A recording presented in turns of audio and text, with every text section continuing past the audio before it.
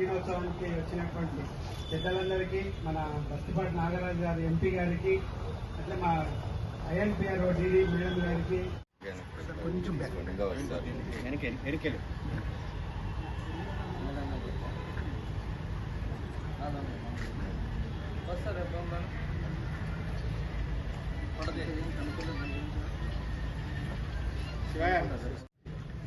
ఫోటోను చూసి ఆ న్యూస్ చదివితే ఏమిటంటే కళ్ళ కట్టినట్టు ఉంటుంది అనమాట.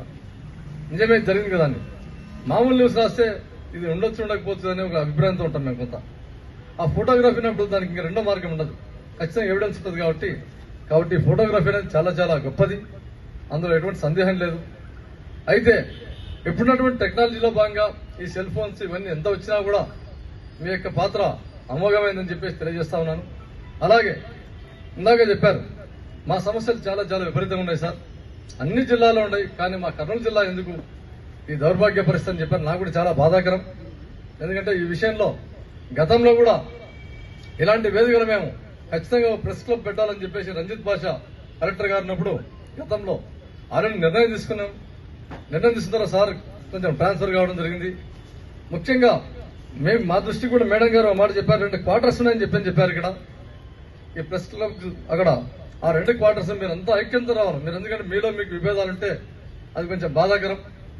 ఆ 2 క్వార్టర్స్ ఇచ్చారంటే కదా మీకు, మీరు అందరూ కలిసికట్టుగా రండి. దానికి ఫండింగ్ కూడా నా ఎంపీ నుంచి మాక్సిమం అమౌంట్ నేను ఏర్పాటు చేస్తానని చెప్పేసి సభాముఖంగా తెలియజేస్తాను. ఎందుకంటే ఒక చేయి మీరేస్తే ఒక చేయి మేము వేయడానికి వస్తుంది. 2 క్వార్టర్స్ అనేది చాలా చాలా వాల్యుబుల్ స్థలం ఇక్కడ.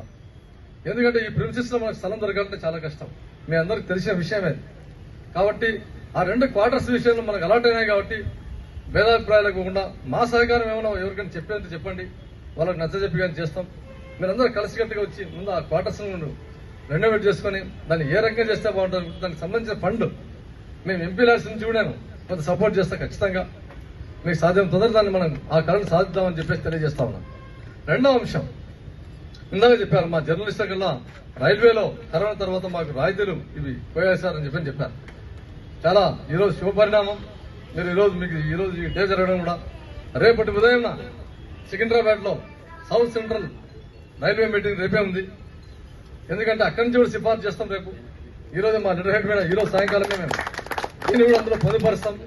జిల్లా రైల్వేల మీద చాలా చాలా రాశాము, కానీ ఈరోజు మీరు చెప్పారు కాబట్టి ఈ క్షణం ఈరోజు సాయంకాలం దాన్ని కూడా నోటిఫై చేసుకుని సపరేట్ గా నేను సౌత్ సెంట్రల్ జీఎం శ్రీవాస్తవ్ గారికి మీ సమస్యను ఖచ్చితంగా చెప్పి వాళ్ళ నుంచి కూడా కేంద్రానికి సిఫార్సు అయ్యేటట్లా మేము పార్లమెంట్ లో మేము అశ్విని వైష్ణవ్ గారిని కలిసి అది ఆ విధంగా ప్రయత్నం చేయడం ఒక అంశం.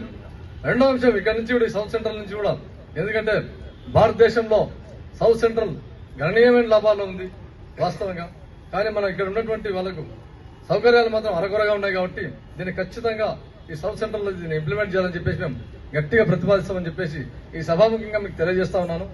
కావున మీరు కూడా భవిష్యత్తులో మాకు ఈ కూటమి ప్రభుత్వానికి మీ సహకారం ఎంతైనా కావాలా. ఎందుకంటే ఈ కూటమి ప్రభుత్వం అన్ని రంగాల్లో చాలా చాలా డెవలప్ చేస్తా ఉంది, మీ అందరికి తెలిసే విషయమే. ఈ గవర్నమెంట్ చేస్తున్నటువంటి అభివృద్ధిని మీరు ఏ రోజుకి ఆ రోజు చాటి చెప్పాలా.